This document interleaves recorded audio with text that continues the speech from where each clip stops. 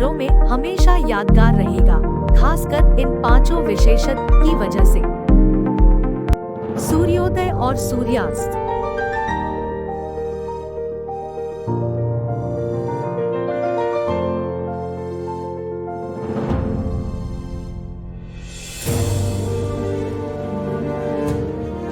सुंदर समुद्र तट,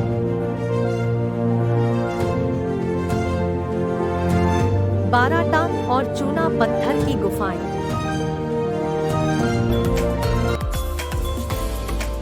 हवा, सड़क और पानी तिनहों का प्रवास,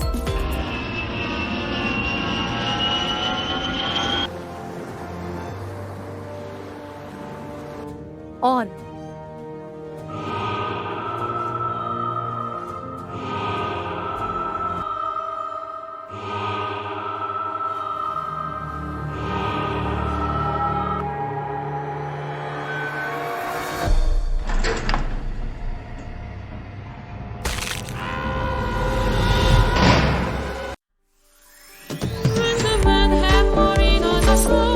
हेलो गाइस, अंडमान सिर्फ खूबसूरत ही नहीं पागल भी बनाता है। प्लेन से इसकी पहली झलक रोमांचकारी है। जैसे ही पोर्ट ब्लेयर के नज़दीक पहुंचे तो बाहर सफ़ेद बादल दिखाई देने लगे। IRCTC के टूरिज्म टूर से हमें अंडमान की खूबसूरती को निहारने का मौका मिला। यहाँ का एयरपोर्ट काफ़ी छोटा है।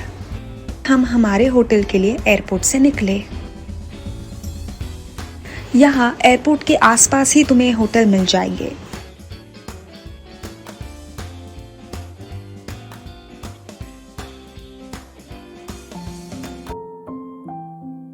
समुद्रिका नौसेना समुद्री संग्रहालय भारत में पोर्ट ब्लेयर में अंडमान टील हाउस के पास स्थित एक संग्रहालय है, जिसे समुद्री पर्यावरण के विभिन्न पहलुओं पर जागरूकता पैदा करने के लिए डिजाइन किया गया है।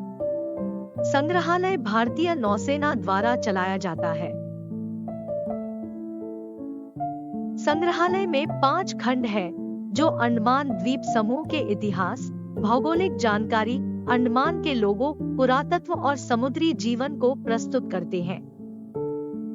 इसमें द्वीपों के चारों ओर समुद्र की कोशिकाओं, कोरल और रंगीन मछलियों की कुछ प्रजातियों का विशाल संग्रह भी है। बाहर आपको एक नीली व्हेल का कंकाल भी है।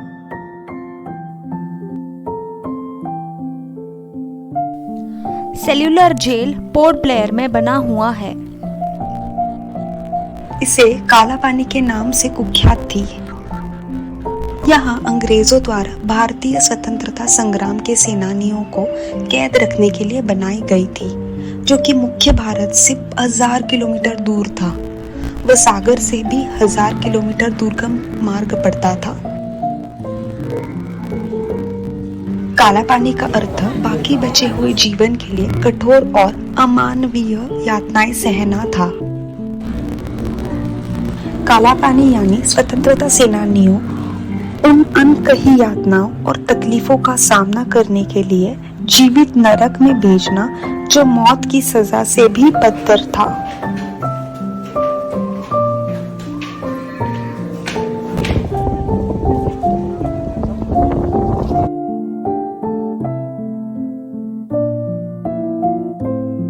यहाँ पे शाम को दिल छू लेने वाला लाइट एंड साउंड शो देखने लायक होता है। पोर्ट ब्लेयर से 6 किलोमीटर दूर नारियल वृक्ष से घिरा कारवाइन्स कोव समुद्र तट है।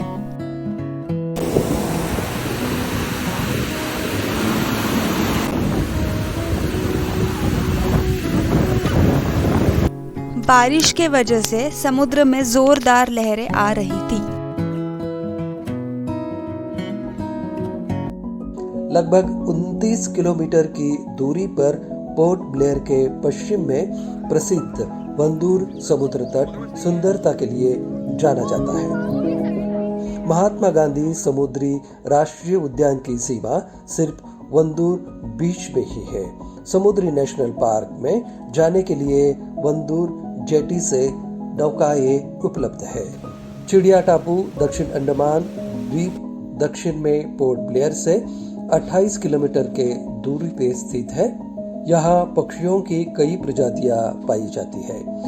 बर्ड वॉचिंग के अलावा शानदार सूर्यास्त के लिए भी ये प्रसिद्ध है। अपनी समृद्ध और विविध वनस्पतियों और जीवों के कारण यह टापू एक जैविक उद्यान के रूप में जाना जाता है। चिड़िया टापू से आते समय हमने शॉपिंग किया। शॉपिंग के लिए सरकारी और प्राइवेट दुकानें हैं, जहां अलग अलग आकार के प्रकार के शंख, शिंपले और उससे बनाई वस्तुएं, कोरल के शोपीसेस, जारवा आदिवासियों के शोपीस मिलते हैं। बाद में मरीना पार्क के पास स्ट्रीट फूड पे खाने का आस्वाद लिया। वहाँ मोटरसाइकिल को मॉडिफाई बनाकर कोयले का ओवन है, उस पर पिज्जा अच्छा मिलता है। मरीना पार्क पोर्ट ब्लेयर के समुद्र तट पर है। खाने के साथ समुद्र लहरों के मनोरम दृश्य का आनंद ले सकते हैं।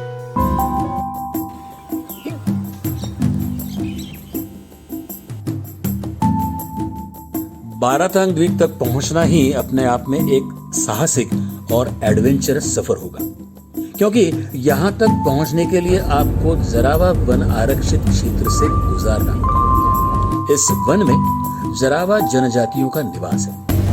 आपको यात्रा के दौरान जारवा आदिवासियों की झलक भी देखने को मिल सकती है। इस जंगल से गुजरते समय कई सारी पाबंदियां लगी हुई हैं, जैसे कि बीच में रुकना नहीं, आदिवासियों से बात नहीं करना, फोटो खींचना मना है, वगैरह। बारातांग जेट्टी पहुंचने के बाद स्पीड बोट से 10 से 15 मिनट मैंग्रोव वन से जाने के बाद आपको एक लकड़ी के अस्थायी पुल पर उतार दिया जाएगा।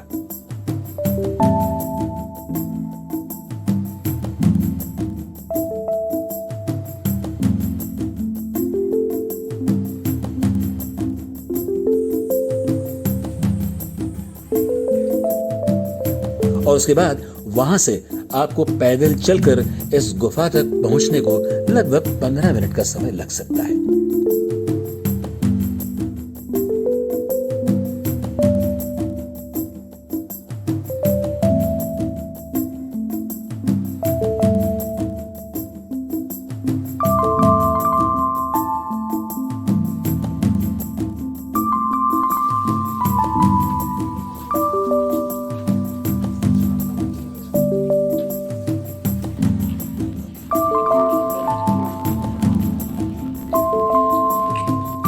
यह गुफा लगभग मिलियन वर्ष पहले कोरल और शेल से मिलकर बनी हुई है। इस गुफा के अंदर आपको गुफा की छत से होने वाले टपकाव के कारण जमे हुए चूने के स्तंभ गुफा को कई सारे अद्भुत संरचनाएं देखने को मिल जाएंगी, जिससे आप प्रकृति की सुंदर संरचना को अच्छी तरह से जान पाएंगे।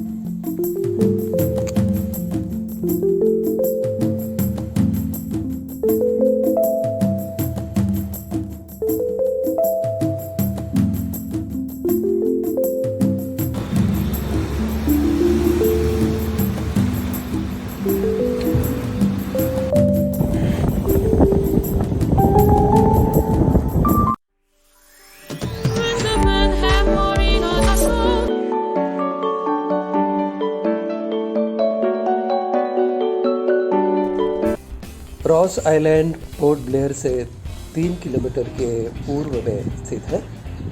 ब्रिटिश साम्राज्य ने 1858 में बड़े ब्रिटिश अफसरों और उनके परिवारों के लिए रहने के लिए इस द्वीप के जंगलों को साफ करके काफी विकसित किया गया।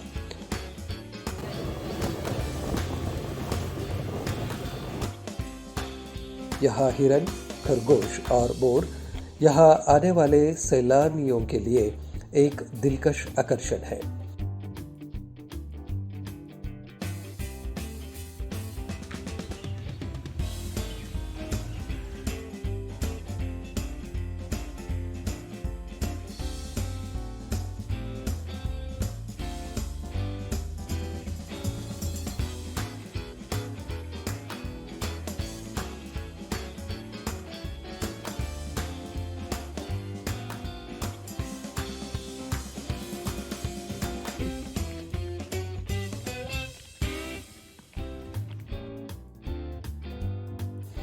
इस द्वीप पर शानदार बंगलो, एक विशाल चर्च, बॉलरूम और एक कब्रिस्तान के खंडर है।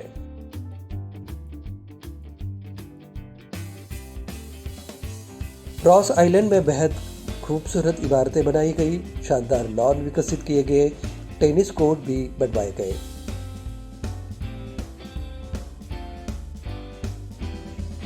पानी साफ करने का प्लांट भी बनाया गया।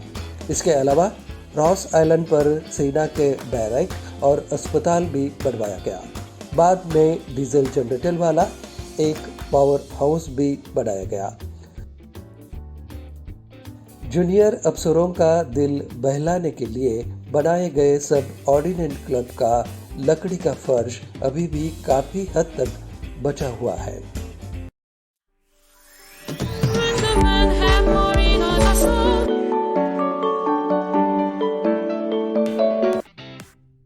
पोर्ट ब्लेयर और हैवलॉक द्वीप पानी से अलग है। नॉटिका क्रूज से हम पोर्ट ब्लेयर से हैवलॉक को गए। नॉटिका क्रूज अंडमान द्वीप समूह में शुरू की गई नवीनतम नौका है। जहाज पर सभी नवीनतम तकनीक, सुविधाओं और सेवाओं के साथ सबसे तेज क्रूज होने की उम्मीद है। यह क्रूज सिंगापुर में निर्माण की गई है। हैवलॉक में राधानगरी बीच के पास TSG ब्लू रिसोर्ट पर रुके थे। रिसोर्ट अच्छा था।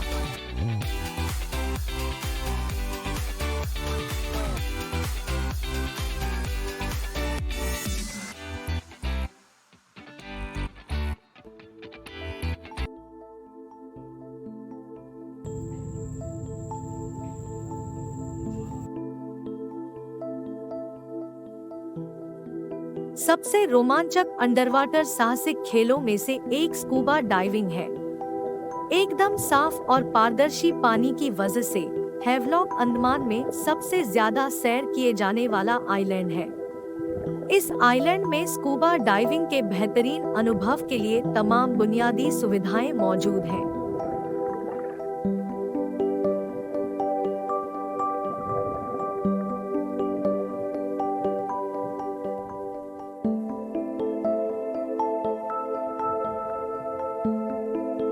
ये आइलैंड शांतिपूर्ण वातावरण के साथ सुकून भी प्रदान करता है। स्कूबा करते वक्त समुद्र की सतह के अंदर सुंदर, रंगीन और अद्वितीय दुनिया का पता लगता है।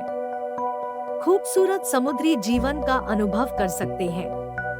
अंडमान में जीवन कोरल दुनिया से भरा हुआ है और हमें कोरल यात्रा का आनंद मिलता है।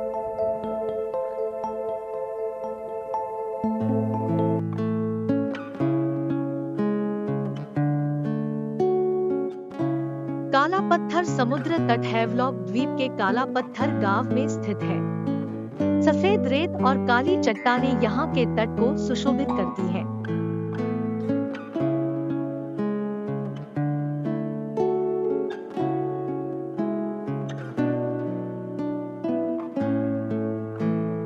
काला पत्थर में सूर्यास्त और सूर्योदय के सुंदर दृश्य देखे जा सकते हैं।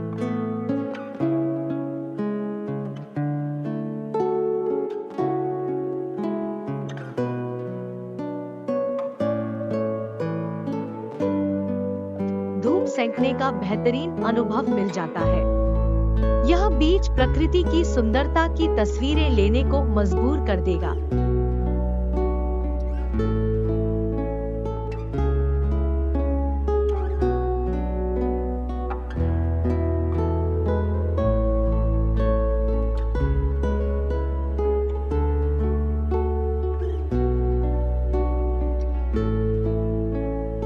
मिट्टी के कटाव के कारण किनारे के पेड़ों की कलात्मक जड़ें उजागर हुई है।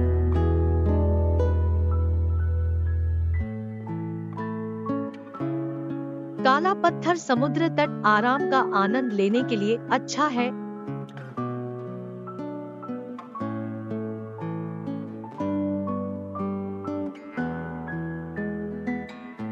अंडमान और निकोबार द्वीप समूह के हैवलॉक द्वीप में स्थित राधानगर बीच एशिया के सबसे खूबसूरत समुद्र तटों में से एक है।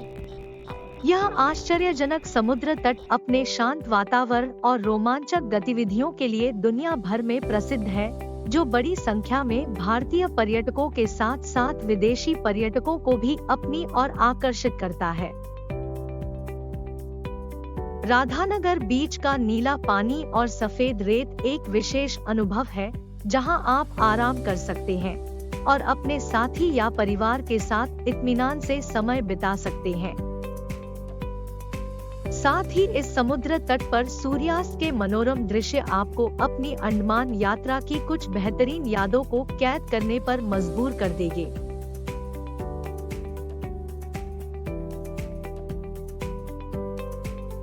राधानगर बीच को ट्रैवलर्स चॉइस और टाइम मैगजीन सहित कई प्लेटफार्मों द्वारा एशिया के सर्वश्रेष्ठ समुद्र तटों में से एक माना गया है।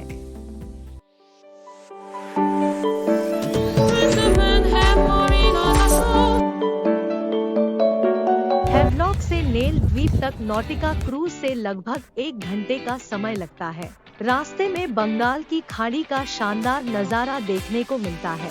समंदर का नीले पानी और आसमान के नीले बादलों का खूबसूरत नजारा देखते देखते समय कैसे बीत गया समझ ही नहीं आया। पर्ल पार्क रिसोर्ट लक्ष्मणपुर बीच सनसेट पॉइंट के पास है। रिसोर्ट की जगह काफी बड़ी है और स्विमिंग पूल उससे भी बड़ा।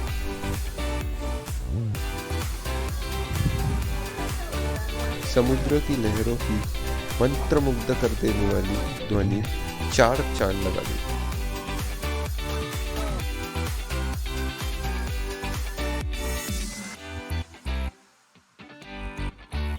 इस रिसोर्ट से समुद्र और सनसेट काफ़ी अच्छा देखने मिलता है। रात को रिसोर्ट बढ़िया दिखता है। बीच के पास कैंडल लाइट डिनर की सुविधा भी है।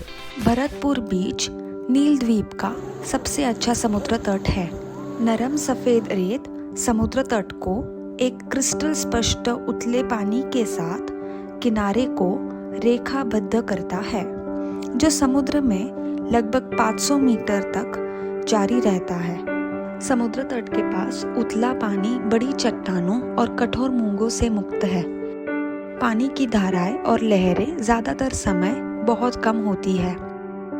आसमान में धीरे धीरे उगता सूरज पानी पर अपना रंग बिखरते सुबह सुबह देखने लायक दृश्य होता है। 2 बड़े पत्थरों से बना नेचुरल ब्रिज नील द्वीप के प्रसिद्ध आकर्षण में से एक है। प्रकृति से बने खूबसूरत रॉक फॉर्मेशन किसी नेचुरल बीच जैसे ही दिखता है। इसे हावड़ा ब्रिज भी कहा जाता है। प्राकृतिक पुल के अलावा यहाँ लो टाइड के कारण चट्टानों के बीच छिपी हुई कई रंगों के फिशेस, स्टारफिश, सी शेल और कोरल्स जैसे प्रजातियों के समुद्री जीव को करीब से देखने मिलता है। पानी साफ होने के कारण ये सब काफी सुंदर दिखता है।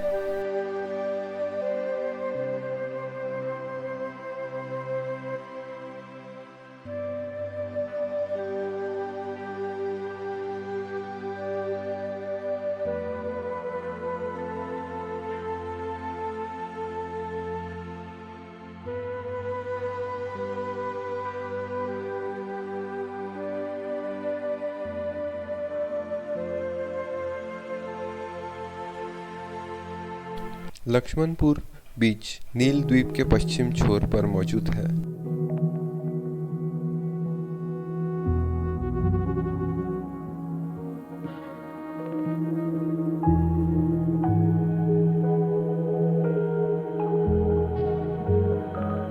यह बीच अमेजिंग सनसेट व्यू के लिए काफ़ी फेमस है। इस बीच पर भी आपको कई सारे फूड स्टॉल, सजावट के दुकान मिल जाएगी।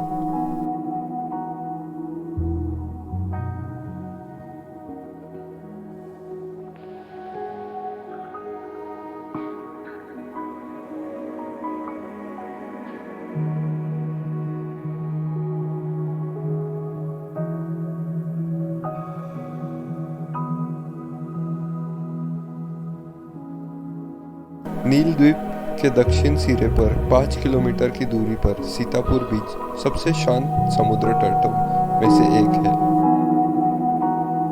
यह बीच अंडमान द्वीप समूह में सूर्योदय के सबसे अच्छे दृश्य में से एक है।